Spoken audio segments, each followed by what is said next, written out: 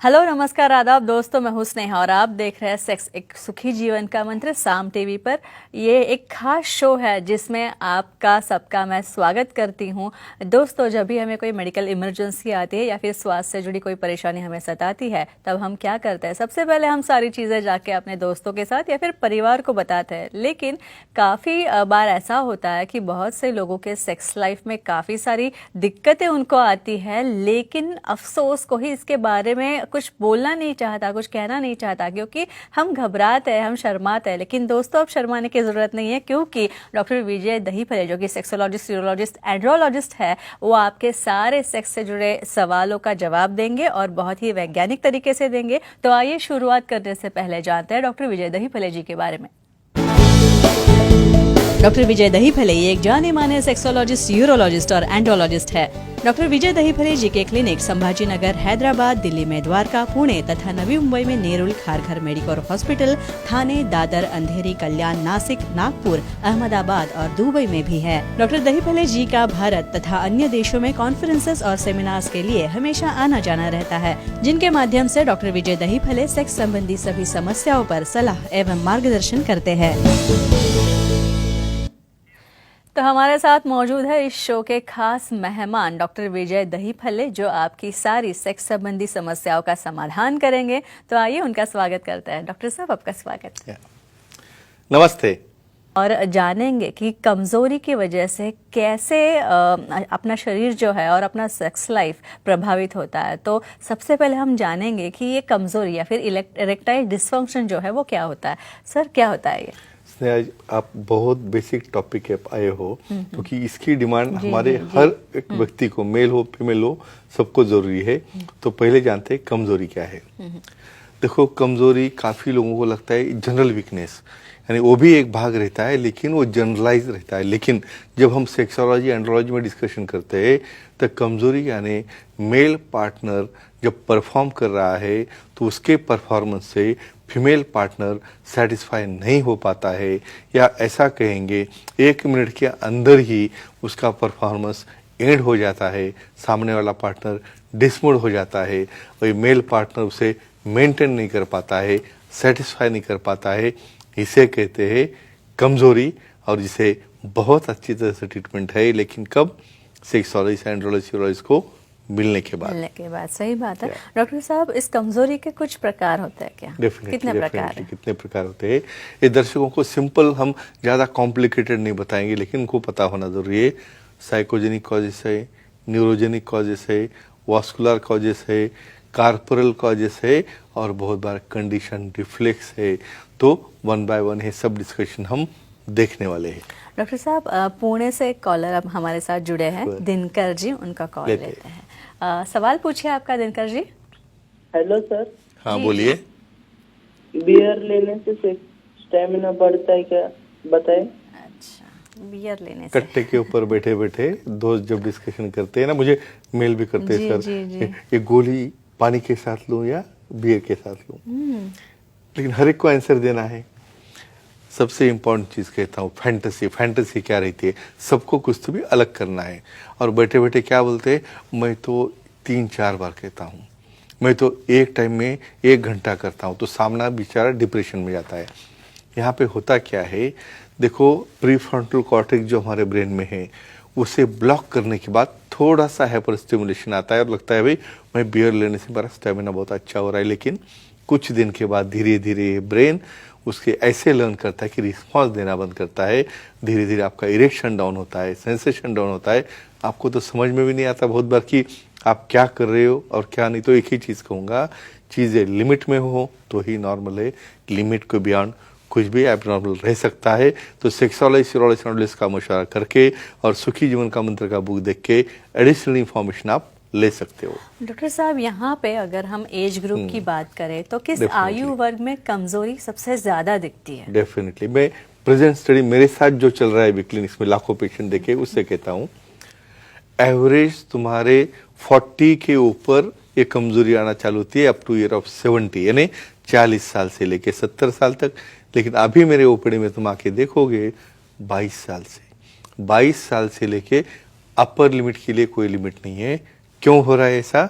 आपकी लाइफस्टाइल, आपका स्ट्रेस, आपका स्मोकिंग, ड्रिंकिंग, अल्कोहल अनलिमिटेड, और आपको सेक्सुअल हेल्थ कैसे मेंटेन करना है ये पता नहीं, लेकिन आप वक्त पे समझो सलाह मशवरा करके उसे ट्रीटमेंट लोगे तो इससे भी आप बाहर निकल सकते हो।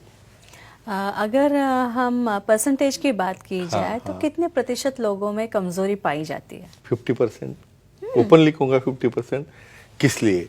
यहाँ पे देखो, एक तो सेक्स एजुकेशन की कमी है।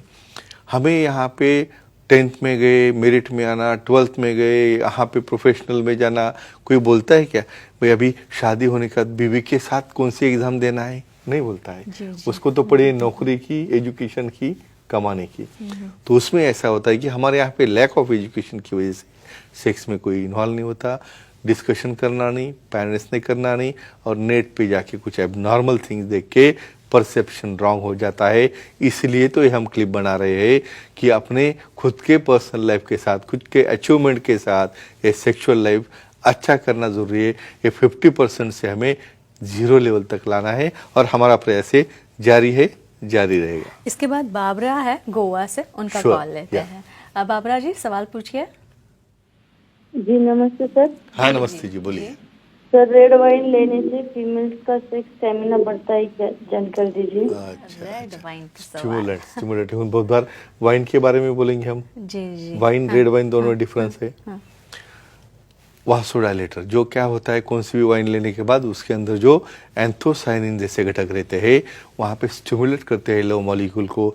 डोपामिन है, ऑक्सीटोसिन है, एपिनेफ्रिन, नॉरएपिनेफ्रिन, स्टिमुलेट होने से हमें अच्छा लगता है, एक्साइटेड लगता है, हम इन्वॉल्व हो जाते हैं वो क्रिया में।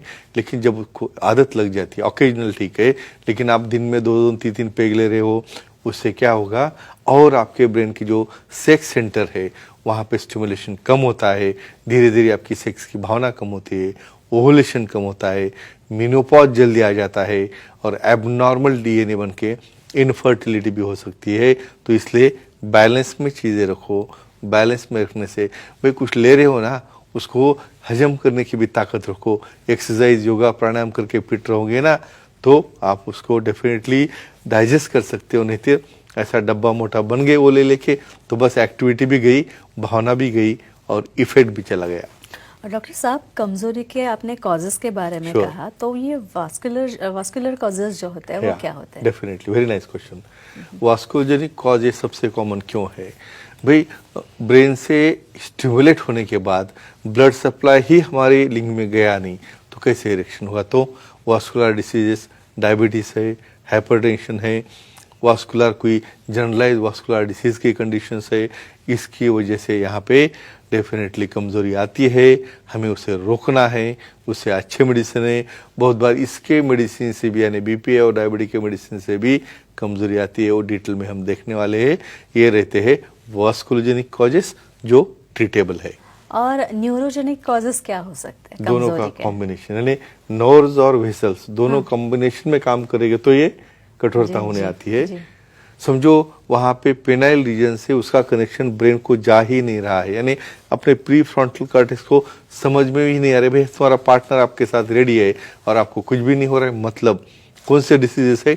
डीजनरेटिव डिसीज, जिसमें डायबिटीज आ गया, एथेरोस्क्लेरोसिस आ गया, बहुत बार न्यूरोलॉजिकल डिसऑर्डर है, स्पाइन डिसऑर्डर है, कैनल स्टेनोसिस है, ट्रॉमा है, ये काफ़ी चीज़ें। तो फ्रेंड्स एक ही चीज़ कहूँगा, एक कमज़ोरी बहुत कॉमन है, इसे डरना नहीं है। ट्रीटमेंट अच्छी लो, खुद का सेक्सुअल लाइफ अच्छा रखो, और अपने पार्टनर की लाइफ अच्छा करो, और अपने फ्रेंड्स को ये बताओ और उनको एजुकेट करो। फिर आपको भी ये तो हमने बता ही दिया है कि आप डॉक्टर साहब से मिल सकते हैं। हमने वापस एक बार मैं आपको याद दिला दूं कि जो नंबर्स है आप इस वक्त स्क्रीन पे देख रहे हैं, डॉक्टर साहब के सारे सेंटर्स और उनके नंबर्स हमने दे रखे हैं, वो नोट डाउन कर लीजिए।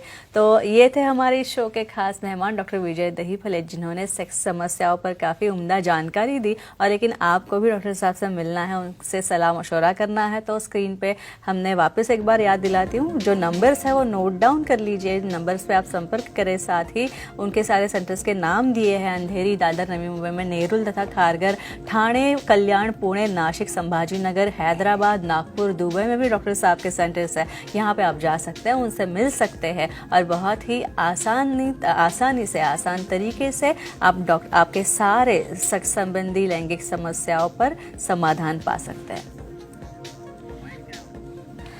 तो डॉक्टर साहब, काफ़ी अच्छा शो रहा ये भी, लेकिन अगले समय हम वापस मिलेंगे अगले शुक्रवार ऐसे ही कुछ इंटरेस्टिंग टॉपिक्स को लेकर। तो फिलहाल वक्त हो चला है दर्शकों को अलविदा करने का, तो उनसे करते हैं बाय बाय। तो वक्त हो चला है आपको अलविदा करने का, फिर मिलेंगे अगले शुक्रवार इसी दिन इसी समय। तब तक के लिए गुड नाइट, शब्बा खैर, शुभ रात्रि, अपना ख्याल रखना।